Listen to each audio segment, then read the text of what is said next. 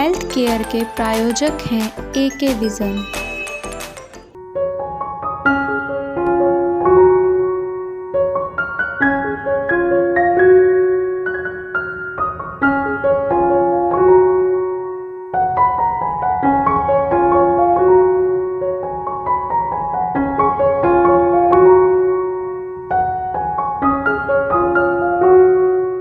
नमस्कार, आप देख रहे हैं MMPV आवाज़ का खास कार्यक्रम हेल्थ टिप्स और मैं हूं आपके साथ मानसी। जब तक सांस नहीं तब तक आस नहीं। यह आस मन के लिए ही नहीं बल्कि तन के लिए भी बेहद ज़रूरी है। सांस का स्वस्थ और पूरा होना बेहद ज़रूरी है, क्योंकि अगर सांस ही पूरी नहीं रहेगी तो हमारे जो तंदुरुस्ती है वो भी धीरे धीरे आस उसकी भी ख़त्म होती जाएगी। एक तरफ कोरोना के बढ़ते हुए प्रकोप और दूसरी तरफ बढ़ते हुए पॉल्यूशन ने फेफड़ों की समस्या इतनी ज़्यादा पैदा हो गई है कि क्या कहा जाए। ये दोनों चीज़ें हमारे लिए बिल्कुल दुश्मन बनकर बैठे हुए हैं, फेफड़ों के लिए बिल्कुल एक दुश्मन बनकर साबित हो रहे हैं। तो इन सारी समस्याओं के समाधान के लिए आज के हमारे मेहमान हैं पवन गुप्ता जी। आइए जानते हैं इन सारे सवालों का जवाब। सर, आपका बहुत बहुत स्वागत है हमारे खास कार्यक्रम में। मैं doctor Pawan Gupta, senior consultant pulmonary medicine Primus super speciality hospital में कार्यरत हूँ। और जो जिस तरह से आजकल कोरोना वायरस और साथ में एयर पोल्यूशन दोनों चल रहे हैं हमारे समाज में, और उससे हमारे लंग्स जिसे फेफड़े भी बोलते हैं, उस पे जो इम्पैक्ट हो रहा है, तो उसके बारे में आज हम डिस्कस करेंगे आपके इस कार्यक्रम में। आइए बात करते हैं डॉक्टर पवन गुप्ता जी से, जो कि लंग्स के स्पेशलिस्ट हैं, और जानते हैं उनके बारे में। सर, हम आपसे जानना चाहेंगे आपके बारे में, और आपने ये ही प्रोफेशन क्यों चुना? मैं डॉक्टर पवन गुप्ता, मैं कार्यरत हूँ as a senior consultant pulmonary medicine, जो कि श्वास रोग विशेषज्ञ है, Primus super speciality hospital Chanakyapuri Delhi में। पल्मोनरी मेडिसिन एक ऐसा विभाग है जो आजकल बहुत ज़्यादा डिमांड में है, क्योंकि आजकल हमारे देश में स्पेशली दिल्ली के अंदर बहुत सारा पोल्यूशन है, और साथ में स्पेशली कोविड एरा के अंदर जब बड़े सारे पेशेंट्स रेस्पिरेटरी मेडिसिन्स या मतलब लंग्स की बीमारी से जूझ रहे हैं, तो उस कंडीशन में हमारा जो योगदान है समाज में या फिर एज ए डॉक्टर, वो बहुत ही महत्वपूर्ण हो जाता है। तो इसीलिए अगर हम बात करें सारे विभाग की, तो आजकल पल्मोनरी मेडिसिन की बहुत ज़्यादा डिमांड है। जैसे कि हम सर जानते हैं आजकल मौसम बदल रहा है और पॉल्यूशन भी इतना ज़्यादा हो गया है कि लोगों को लंग्स की बीमारी काफ़ी हद तक बढ़ती जा रही है। तो लोग इन बीमारी से कैसे बचें और इनसे कैसे बचाव करें? आजकल कोरोना वायरस और स्पेशली जब पोल्यूशन मौसम चेंज होने पे ज़्यादा बढ़ रहा है, जैसे कि सर्दियों में या फिर जब चेंज ऑफ द सीज़न होता है, जैसे गर्मियों में या होली दिवाली के आसपास, उस टाइम अस्थमा के रोगी या फिर ये कह लीजिए कि एलर्जी के ये रोगी बहुत ज़्यादा तादाद में बढ़ जाते हैं, क्योंकि एलर्जी एक ऐसी चीज़ है जो मौसम चेंज होने पे बहुत ज़्यादा चेंज होते हैं, और कुछ एलर्जीज ऐसी होती हैं जो थ्रू आउट द सीज़न रहती हैं, कुछ मौसम चेंज होने पे होती हैं। तो हम ये देखते हैं कि जब मौसम चेंज होता है, स्पेशली दिवाली होली के टाइम पे, उस टाइम जो एलर्जेंस हमारे वातावरण में है या एनवायरनमेंट में है, वो काफ़ी तादाद में बढ़ जाते हैं, और उससे हमारे लंग्स पे डायरेक्टली असर होता है। तो इसीलिए मैं यही बोलूँगा कि उस कंडीशन में जब ये जो एलर्जीज़ है जब ज़्यादा अमाउंट में बढ़ जाती है, तो हमें ख़ास तौर पे अपने हेल्थ का और अपने स्वास्थ्य का ध्यान रखना चाहिए, और हमें मास्क लगाना चाहिए, क्योंकि एलर्जी अगर का कोई परमानेंट क्योर नहीं है, उसको हम प्रिवेंट कर सकते हैं। सर, जैसे अभी कोरोना का टाइम चल रहा है, तो ऐसे में लोगों को काफ़ी मतलब लंग्स की बीमारी कोरोना भी होता जा रहा है, तो लोग इन सब चीज़ों से के कारण कई लोग अपनी जान भी गंवा चुके हैं। तो इनसे कैसे बचा जा चुके हैं, उसके लिए उपचार हम आपसे जानना चाहेंगे। देखिए, कोरोना वायरस सीधा लंग्स को अटैक करता है, और लंग्स को अटैक इसलिए करता है क्योंकि इसका जो ट्रांसमिशन है वो ड्रॉपलेट से है, एक पर्सन से दूसरे पर्सन में वो डायरेक्टली ड्रॉपलेट ट्रांसमिशन के ज़रिए फैलता है। तो सबसे महत्वपूर्ण जो चीज़, जो कि WHO और जितनी भी इंटरनेशनल गाइडलाइंस जिन्होंने बोला है कि मास्क लगा के रखिए, तो N95 mask health care workers के लिए और सर्जिकल मास्क नॉर्मल पब्लिक के लिए बहुत ज़्यादा ज़रूरी है। दूसरी चीज़ जो कि इम्पोर्टेंट चीज़ जो बताई है WHO ने, वो ये है कि सोशल डिस्टेंसिंग, हमें 6 फीट का या 1 मीटर का डिस्टेंस हमें फॉलो करना है, क्योंकि अगर वो डिस्टेंस हम अगर फॉलो करेंगे तो उससे ट्रांसमिशन कोरोना वायरस के बहुत कम हो जाएंगे। तीसरी चीज़ है कि हमें रेगुलर वे में हैंड वॉश करने हैं, रेगुलर वे में हैंड वॉश सोप से करने हैं या फिर सैनिटाइज़र से। तो ये तीनों चीज़ें बहुत सबसे ज़्यादा इम्पोर्टेंट हैं। चौथी चीज़ ये है कि अगर कोरोना वायरस बहुत एज ए पैंडमिक किसी स्टेट में ज़्यादा हो रहा है तो गवर्नमेंट लेवल पे सारे एफर्ट्स होने चाहिए, बीइंग अ लॉकडाउन या फिर पब्लिक गैदरिंग्स को कम से कम होना चाहिए। तो हमें ओवर क्राउडेड प्लेस पे जाने से बचना चाहिए। सो जो एफर्ट्स हैं वो not only from the government side but also from the individual side होने चाहिए। जी, जैसे कि सर अभी कोरोना की ये जो बीमारी चल रही है, ये हम आपसे जानना चाहेंगे कि ये जो कोरोना की बीमारी है किस उम्र के लोगों को ज़्यादा होने की संभावना रहती है? देखिए, कोरोना वायरस की जो बीमारी है वो इफ़ेक्ट सभी लोगों में कर सकती है, चाहे वो बच्चे हों या फिर बुज़ुर्ग कैटेगरी के लोग हों। बट लेकिन जो इसका इम्पैक्ट है, जो इसकी सीवियरिटी है या जो इसके दुष्परिणाम हैं, वो सबसे ज़्यादा इफ़ेक्ट करते हैं मोर देन 50 ईयर्स एज ग्रुप के। सो इसलिए जो बुज़ुर्ग व्यक्ति हैं, जो कि 50 साल से या 70 साल से ऊपर के लोग हैं, उसमें सबसे ज़्यादा इसके साइड इफ़ेक्ट्स या एडवर्स इफ़ेक्ट हैं। तो इसीलिए स्पेशली उन लोगों को उनको सावधान रहने की ज़रूरत है।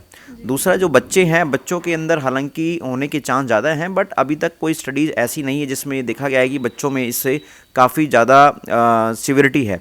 तो बच्चों में अगर होता भी है तो वो थोड़े माइल्ड सिम्टम्स करके ठीक हो रहा है। इसीलिए बच्चों में अभी हमने, क्योंकि वैक्सीन का भी दौर चल रहा है और वैक्सीन अभी बच्चों में नहीं दे रहे हैं, क्योंकि बच्चों में एक तो ये है कि इसके ट्रायल पूरे नहीं हुए हैं और दूसरा बच्चों में ये इतनी सीवियर डिजीज़ नहीं है।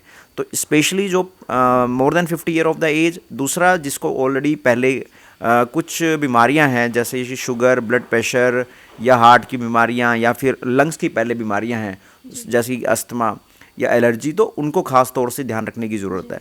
तो इसीलिए कोई भी व्यक्ति जिसको कि पहले से बीमारियां चल रही हुई हैं, जो 50 साल से ऊपर है, तो उसको सावधान रहने की ज़रूरत है। जैसे कि सर हम आपसे जानना चाहेंगे कि जिन लोगों को कोरोना हो चुका है उसके बाद भी उन्हें फेफड़ों की जांच करानी ज़रूरी हो जाती है? बिल्कुल, बहुत अच्छा प्रश्न किया आपने। जिसे कोरोना हो चुका है उसके बाद कुछ व्यक्तियों में स्पेशली जिसको कि कोरोना के सिम्टम्स बहुत ही हाई रहे या फिर वो काफ़ी टाइम से हॉस्पिटलाइज रहे या फिर जिनमें जिसमें ऑलरेडी काफ़ी पहले से ही कोमोर्बिडिटीज़ थी लाइक शुगर, बीपी की बीमारियाँ, तो उसमें देखा गया है कि कोरोना ठीक होने के बाद भी वो अपना फेफड़ों पे एक प्रभाव छोड़ कर गया है। वहाँ पे एक स्कार बन जाते हैं जिसको कि फाइब्रोसिस भी बोलते हैं। तो इसीलिए हम जो पेशेंट्स होते हैं उसको ओपीडी में बुलाते हैं कोरोना वायरस के ठीक होने के बाद भी उनका हम फॉलो करते हैं आफ्टर 1 मंथ और 2 मंथ्स, और देखते हैं उनका हम नियमित जांच करा के, एक्सरे करा के या फिर पल्मोनरी फंक्शन टेस्ट जिसे कि स्पायरोमेट्री भी बोलते हैं, वो करा के हम देखते हैं रेगुलर वे में कि पेशेंट्स पे जो लंग्स हैं उस पर कितना इम्पैक्ट या कितना स्कार छोड़ कर गया है। क्योंकि कुछ पेशेंट्स ये देखे गए हैं कि उनको लाइफ टाइम के लिए फाइब्रोसिस अगर हो जाता है तो उसमें उनमें एक डिसेबिलिटी हो जाती है कि वो ज़्यादा लंबा चल नहीं पाते हैं, ज़्यादा लंबा चलने पे सांस फूल जाता है। तो इसीलिए रेगुलर उनको हम बुलाते हैं, रेगुलर प्रोटोकॉल है हमारा कि हम उनका एक्सरे या सीटी स्कैन या फिर पीएफटी या स्पायरोमेट्री करा के हम उनको फॉलो करते हैं। डॉक्टर पवन गुप्ता से बातचीत का सिलसिला यूं ही जारी रहेगा। फिलहाल चलते हैं एक छोटे से ब्रेक पर। महिला मंडल Punjabi Bagh, Priyanka Gupta makeovers, imperial wedding, Amanya jewellers. ले जा रे, ले जा रे,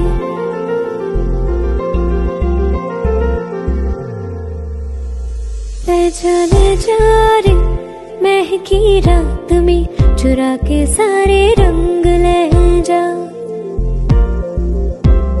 राती राती में भीगू साथ में, तू ऐसी मुलाकात दे जा। ले जा रे, महकी रात में चुरा के सारे रंग ले जा। राती राती में भीगू साथ में, तू ऐसी मुलाकात दे जा। ब्रेक के बाद स्वागत है। आइए चलते हैं डॉक्टर पवन गुप्ता जी के पास। सर हम आपसे जानना चाहेंगे सेहतमंद लंग्स के लिए ऐसा क्या करना चाहिए या ऐसा क्या खाएं जिससे उनके फेफड़े मजबूत हो सके? देखिए, सेहतमंद फेफड़ों के लिए सबसे ज़्यादा ज़रूरी है कि हमें बहुत ही हाइजीनिक वे में खाना खाना चाहिए। हमें सबसे इम्पोर्टेंट है कि प्रोटीनेशियस डाइट लेनी चाहिए और बाहर का खाना जो कि फ्राइड हो, जो कि ज़्यादा शुगर के साथ हो, उससे हमें बचना चाहिए। क्योंकि ये देखा गया है कि डाइट के अंदर जो प्रोटीन है और लेस कार्बोहाइड्रेट डाइट है विद हाई फाइबर डाइट है वो सबसे ज़्यादा इम्पैक्ट करती है लंग्स को। तो इसीलिए दूसरी चीज़ ये है कि हमें कोल्ड चीज़ें जैसे कि दही है, जैसे कि केला है, स्पेशली सर्दियों में उससे हमें खाने से बचना चाहिए।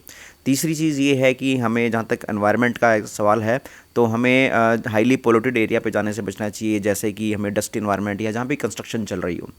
साथ में हमें ये ध्यान रखना है कि घर में जो हम जहाँ बैठे होते हैं एसी के नीचे, या फिर अगर हम डायरेक्टली फ्रिज का सामान सेवन करें तो वो हमारे लंग्स को एडवर्सली इम्पैक्ट कर सकते हैं।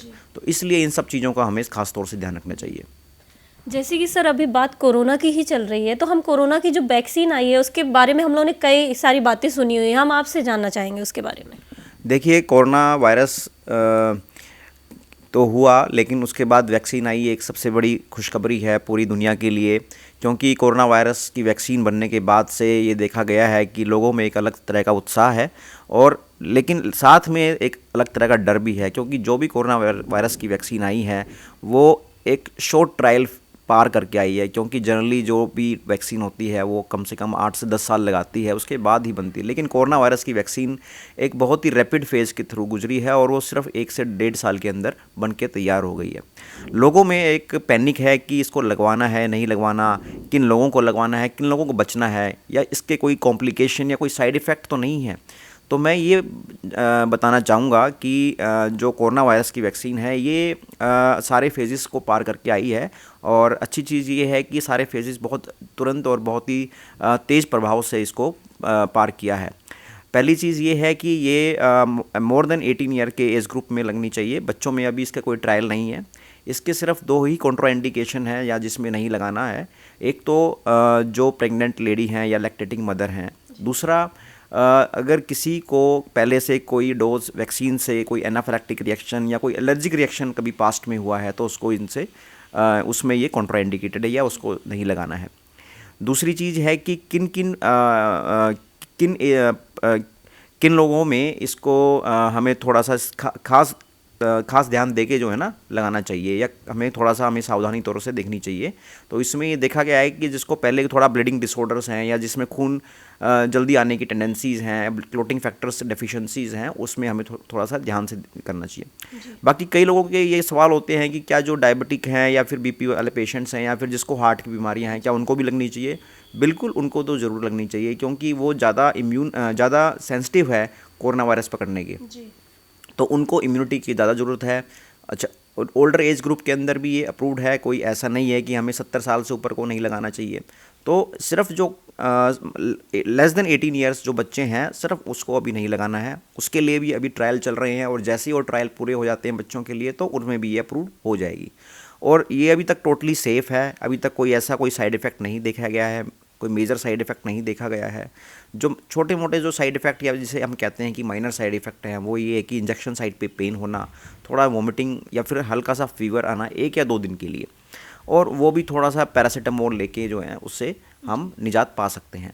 तो इसीलिए कोई पैनिक लेने की ज़रूरत नहीं है, टोटली सेफ़ है। और जहाँ तक बात है कि इसको कितने टाइम में लगाना है, हर साल बूस्टर डोज लगानी है, अभी फ़िलहाल ये अप्रूव है कि सिर्फ 2 हमें डोज लगानी है 28 डेज़ के पार्ट, या फिर ये कह लीजिए कि 4 हफ्ते के गैप के अंदर में 2 डोज लगानी है। और इसकी जो इम्यूनिटी है जो सेकंड डोज के बाद वो 2 से 4 हफ्ते के अंदर बन जाती है। लेकिन साथ में हमें ये भी ध्यान रखना है कि अगर किसी को कोरोना वायरस वैक्सीन लगती है तो उन्हें, लेकिन सारे जो उपाय हैं, ये बचने के उपाय हैं, जैसे कि सोशल डिस्टेंसिंग, मास्क लगाना, और क्राउडेड प्लेस पे ध्यान रखना, उन चीज़ों का भी साथ में ध्यान रखना है। इम्यूनिटी का सर मजबूत होना बेहद ज़रूरी है। लोग इम्यूनिटी को मजबूत करने के लिए कई सारे तरीके अपनाते हैं, उसके बाद भी लोग ऐसी गलतियां कर देते हैं जिससे लंग्स की कई सारी समस्याएं हो जाती हैं। तो ऐसे में लोग क्या गलतियां कर देते हैं और क्या करें कि उनकी इम्यूनिटी सिस्टम बूस्ट हो? देखिए, लंग्स की बीमारियां खासकर जैसे अस्थमा है, एलर्जी है, या फिर लंग्स का सिकुड़ जाना है, ये सभी इम्यूनिटी की वीकनेस की वजह से या एलर्जी की वजह से होती है। तो हमें सबसे इम्पोर्टेंट ये है कि हमें ख़ास तौर पर खान पान का ध्यान रखना चाहिए, क्योंकि आजकल बहुत सारी बीमारियां खाने पीने की वजह से होती हैं, जैसे कि मोटापा। क्योंकि मोटापा अगर होता है तो उसमें एलर्जी या अस्थमा के सिम्टम्स ज़्यादा होते हैं। तो इसलिए ऐसी चीज़ जिससे कि high fibre diet, high protein diet, ये सारी चीज़ें हमें अपने खान पान में लेनी चाहिए। दूसरा ये है कि हमें रेगुलर व्यायाम करना चाहिए। सुबह उठ के हमें 30 मिनट से 30 मिनट्स से 45 मिनट्स हमें जाके पार्क में या कहीं भी आसपास हमें एक एरोबिक एक्सरसाइज करनी चाहिए या ब्रिस्क वॉक करनी चाहिए। उससे क्या है कि हमारे जो फेफड़ों की जो कैपेसिटी है या उनकी जो लंग कैपेसिटी है वो बढ़ जाती है। तीसरी चीज़ ये है कि हमें मास्क लगा के रखना चाहिए, स्पेशली कोरोना वायरस में और जब एयर पोल्यूशन बढ़ जाता है, क्योंकि ये देखा गया है कि मास्क लगाने से जो एलर्जेंस है या जो एयर पोल्यूशंस हैं वो हमारे सांस की जो ध्वनियाँ हैं उसमें कम पहुँचते हैं या फिर उससे हमें एलर्जी होने के रिस्क काफ़ी कम हो जाता है। तो हमें ये सारी चीज़ों का ध्यान रखना चाहिए अपनी इम्यूनिटी बढ़ाने के लिए, ताकि हमारे फेफड़े स्वस्थ रहें और लंबे टाइम तक चल सकें। सर, अंत में हम आपसे एक संदेश चाहेंगे अपने MMPV आवाज़ की टीम दर्शकों, स्पेशली तौर पे महिला दर्शकों के लिए, कि वो अपने लंग्स को कैसे मजबूत बना सके। देखिए, मेरा ये संदेश है बीइंग ए पल्मोलॉजिस्ट और श्वास रोग विशेषज्ञ के तौर पे कि जितने भी चाहे वो बच्चे हों या चाहे बुज़ुर्ग हों, चाहे महिला हों या पुरुष हों, उन सभी को ख़ास तौर से अच्छा खान पान रखना चाहिए, नियमित रूप से उनको एक्सरसाइज या व्यायाम करना चाहिए, क्योंकि लंग्स हमारे शरीर का सबसे महत्वपूर्ण अंग है। अगर लंग्स नहीं तो कुछ नहीं, क्योंकि कहते हैं कि जब तक सांस है तब तक दम है। दूसरी चीज़ ये है कि बहुत सारी बीमारियां जो सीधे वो सांस के ज़रिए ही फैलती हैं, जैसे कि आजकल कोरोना वायरस। तो इसीलिए हमें स्पेशली जिसके कि लंग्स वीक हैं और जिसका कि एज ग्रुप मोर देन 50 ईयर है या जो 50 साल से अधिक आयु के लोग हैं, उनको अपने लंग्स को स्वस्थ रखने के लिए खान पान के अलावा साथ में मास्क का बहुत ज़रूरी उपयोग करना चाहिए, स्पेशली जब अगर वो बाहर घर से जा रहे हों, क्योंकि घर से बाहर जाने के बाद आसपास के जो सराउंडिंग एटमॉस्फेयर है या फिर जो आसपास के जो लोग हैं उनसे उनको ट्रांसमिशन का रिस्क ज़्यादा रहता है। तो ऐसी कंडीशन में उनको ये मास्क लगा के जाना चाहिए। दूसरा एक क्वेश्चन कई बार ये आता है कि एक तरफ तो हम कोरोना वायरस के युग में रह रहे हैं, दूसरा कि हम बाहर कैसे घूमें, पार्क में कैसे जाएं और किस टाइम जाएं।